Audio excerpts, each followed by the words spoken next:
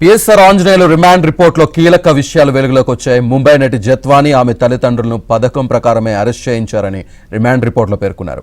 PSR Anjaneyulu ఆదేశాల మేరకే అక్రమ అరెస్టులు జరిగాయని, ఇందుకు సంబంధించి పిఎస్ఆర్ ఆంజనేయులు అప్పటి CP Kanthi Rana Tata, Vishal Gunni call record data కూడా ఉందని రిమాండ్ రిపోర్టులో పేర్కొన్నారు. అటు పిఎస్ఆర్ ఆంజనేయులకు 14 రోజులు రిమాండ్ విధించారు.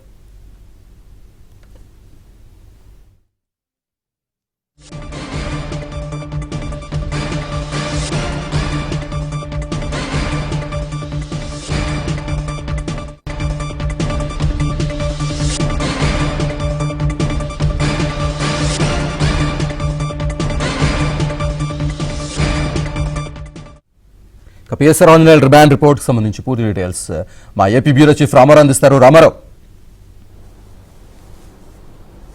శ్రీనివాస్, ముంబై నటి జిత్వాని అక్రమ అరెస్టు కేసులో అప్పటి ఇంటెలిజెన్స్ బాస్ పిఎస్ఆర్ ఆంజనేయుల్ని నిన్న సిఐడి పోలీసులు అరెస్ట్ చేశారు. ఆయన్ను నిన్న సాయంత్రం వరకు కూడా సిఐడి కార్యాలయంలో విచారించినప్పటికీ కూడా అతను ఏమాత్రం విచారణకు సహకరించలేదు అని తేలింది. దీంతో పాటు పిఎస్ఆర్ ఆంజనేయుల్ని ఈరోజు ఉదయం విజయవాడ ప్రభుత్వ వైద్యశాలలో వైద్య పరీక్షలు నిర్వహించి కోర్టులో హాజరుపరిచారు. కొద్దిసేపటి క్రితమే ఆయనకి వచ్చే నెల 7వ తేదీ వరకు కూడా 14 రోజుల పాటు రిమాండ్ విధించారు.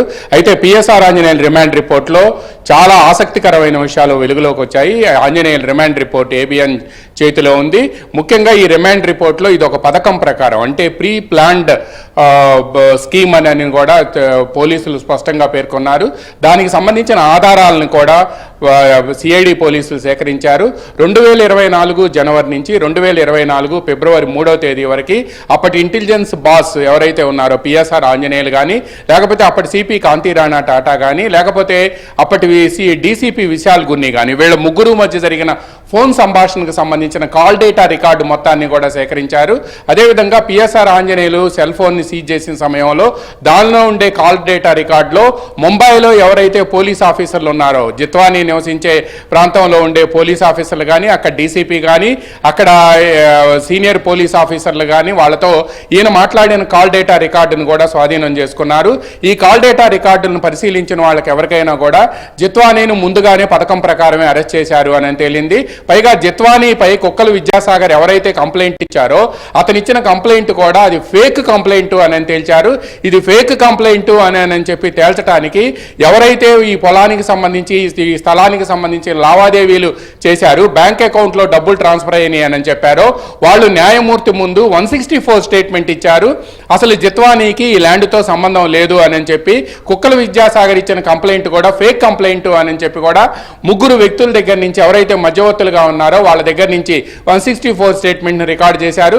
ఆ తర్వాత ఇందులో పిఎస్ఆర్ ఆంజనేయుల పాత్ర ఉంది అని తేల్చేందుకు అప్పుడు సేకరించిన 2024 జనవరి 2వ తేదీ నుంచి 2024 ఫిబ్రవరి 3వ తేదీ వరకు కూడా సేకరించిన కాల్ డేటా రికార్డు ఏదైతే ఉందో ఆ కాల్ డేటా రికార్డుతో పాటు అప్పటి డీసీపీగా ఉన్న విశాల్ గున్నీకి ఈ కేసుతో సంబంధం లేకపోయినప్పటికీ అప్పటికే ఆయన విశాఖపట్నానికి డీసీపీగా బదిలీ చేసినప్పటికీ కూడా ఒకరోజు ఆయన సీఎంఓకు పిలిపించి పిఎస్ఆర్ ఆంజనేయులు ఆయన సీఎంఓలో ఒక వెయిటింగ్ రూమ్లో కూర్చోబెట్టి దాదాపుగా గంట సేపు వెయిట్ చేసిన తర్వాత లోపలికి పిలిచి ముంబైలో ఉన్న నటి జిత్వానీని అరెస్ట్ చేసి తీసుకురావాలని, ఆమెను ఆమె తల్లిదండ్రులను అరెస్ట్ చేసి తీసుకొచ్చిన తర్వాత మాత్రమే మిమ్మల్ని విశాఖపట్నానికి ట్రాన్స్ఫర్ చేసేందుకు రిలీవ్ చేస్తాము అని చెప్పారని, పైగా ఈ టాస్క్ కంప్లీట్ చేయకపోతే మీరు విజయవాడలోనే ఉంటారని కూడా స్పష్టం చేశారు అని కూడా Vishal Gunni police investigation officer ముందు కూడా ఇచ్చిన స్టేట్మెంట్లో పేర్కొన్నారు.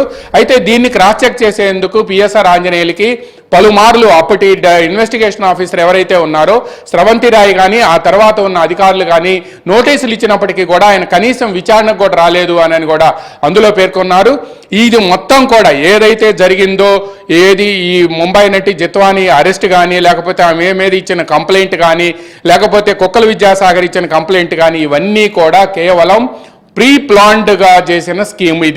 ఇది ఒక పథకం ప్రకారం చేసిన స్కీము అని కూడా పేర్కొన్నారు. అదేవిధంగా ఈ కేసుకు సంబంధించి ఇంకొక ముఖ్యమైన విషయం ఏంటంటే ఈ పిఎస్ఆర్ ఆంజనేయుల దగ్గర ఉన్న సెల్ ఫోన్ను కూడా తాము స్వాధీనం చేసుకున్నామని ఆయన నిన్న ఉదయం ఇక్కడ మధ్యాహ్నం 1:30కు తులసీనగర్లో ఉన్న సిఐడి రీజనల్ ఆఫీస్కి తీసుకొస్తే ఆ విచారణ రాత్రి 7 గంటలకు పూర్తి చేస్తే 7 గంటల వరకు కూడా ఆయన అసలు ఎక్కడా కూడా టర్న్ కాలేదని, కనీసం ఒక విషయం కూడా చెప్పలేదు అని చెప్పి ఆయన దగ్గర నుంచి స్వాధీనం చేసుకున్న ఫోన్లో కాల్ డేటా రికార్డుని అనాలిసిస్ చేసి తర్వాత ఆయన్ను మేము తప్పనిసరిగా మళ్ళీ పోలీస్ కస్టడీకి తీసుకుంటాము అని కూడా ఆ రిమాండ్ రిపోర్ట్లో పోలీసులు పేర్కొన్నారు. అయితే దీంట్లో విశేషం ఏమిటంటే తన కేసుని తానే వాదించుకుంటానని, అవసరమైతే మధ్యలో తన న్యాయవాదుల సహాయం తీసుకుంటాను అని కూడా పిఎస్ఆర్ ఆంజనేయులు పేర్కొన్నారు. ఈ కేసుతో తనకు ఎటువంటి సంబంధం లేదు అని చెప్పారు. తాను ఇంటెలిజెన్స్ బాస్గా ఉండటంతో అప్పట్లో ఈ కేసుకు సంబంధించి వస్తే ఇదేంటో ఒకసారి చూడండి అని మాత్రమే చెప్పానని, కానీ తాను ఎక్కడా కూడా ఈ కేసులో ఇన్వాల్వ్ కాలేదు అని కూడా పిఎస్ఆర్ ఆంజనేయులు న్యాయమూర్తి ముందు చాలాసేపు వాదనలు వినిపించారు. నడిమధ్యలో ఏదైతే టెక్నికల్ డేటా ఉందో ఆ టెక్నికల్ డేటాకు సంబంధించి మాత్రం న్యాయవాదులు అప్పుడప్పుడు జోక్యం చేసుకున్నారు. బట్ కేసు మొత్తం కూడా మనం ఈరోజు ఆర్గ్యుమెంట్స్ను పరిశీలిస్తే మోస్ట్ ఆఫ్ ద టైం ఎక్కువగా కూడా పిఎస్ఆర్ ఆంజనేయులే తనకి వాదనలు తానే వినిపించుకున్నారు. అయితే ఒక లేడీని అక్రమంగా అరెస్ట్ చేయటం, అసలు ఈ కేసుతో సంబంధం లేని ఆమెని అరెస్ట్ చేయటంతో పాటు ఆమె తల్లిదండ్రులను అరెస్ట్ చేసి all the way Mumbai to Vijayawada by road తీసుకువచ్చి ఆమె వ్యక్తిగత స్వేచ్ఛను, ఒక మహిళ వ్యక్తిగత స్వేచ్ఛను పోలీసులు తమకున్న అధికారంతో హరించారు అని కూడా ఇందులో పేర్కొన్నారు. పోలీసులకు అధికారాలు ఉండొచ్చు, ఆ అధికారాలను చట్టం న్యాయానికి అనుగుణంగా పనిచేయాలే కానీ ఎవరినో రక్షించేందుకు ముంబై నటి జిత్వానీని ఇక్కడికి తీసుకువచ్చి ఆమెను అక్రమంగా అరెస్టు చేసి ఆ తర్వాత ఇంటరాగేషన్ పేరుతో ఆమెను వేధించి ఆమెను ఇబ్రహీంపట్నంలో ఉండే ఒక గెస్ట్ హౌస్లో ఆమెను నిర్బంధించి ఆమెను బెదిరించడమే కాకుండా కొంతమందిని పంపించి ముంబైలో ఎవరి మీదైతే ఆమె కేసు పెట్టిందో దాన్ని విత్డ్రా చేసుకోవాలని చెప్పి కోరటం వంటి అంశాలను కూడా ఇందులో పేర్కొన్నారు. అదేవిధంగా అప్పటి డీజీపీకి కూడా ఈ విషయాన్ని కాంతిరాణా టాటా బ్రీఫ్ చేస్తే గోహెడ్ అని అన్నారు అని కూడా ఈ రిమాండ్ రిపోర్ట్లో 9వ పేజీలో క్లియర్గా పేర్కొన్నారు. అంటే ఈ వ్యవహారం మొత్తం కూడా ప్రీ ప్లాన్డ్గా ఎవరో ఇచ్చిన ఆదేశాల మేరకు ఇదంతా జరిగింది అని కూడా రిమాండ్ రిపోర్టు స్పష్టంగా పేర్కొంది. Srinivas, thank you very much Ramarao.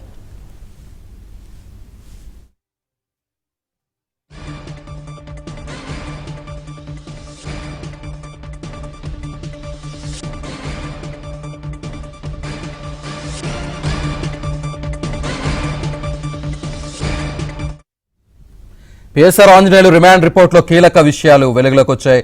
Mumbai నటి జత్వానీ ఆమె తల్లిదండ్రులను పథకం ప్రకారమే అరెస్ట్ చేయించారని రిమాండ్ రిపోర్ట్లో పేర్కొన్నారు. పిఎస్ఆర్ ఆంజనేయులు ఆదేశాల మేరకే అక్రమ అరెస్టులు జరిగాయని, ఇందుకు సంబంధించి పిఎస్ఆర్ ఆంజనేయులు అప్పటి CP Kanthi Rana Tata Vishal Gunni call record data కూడా ఉందని రిమాండ్ రిపోర్ట్లో పేర్కొన్నారు.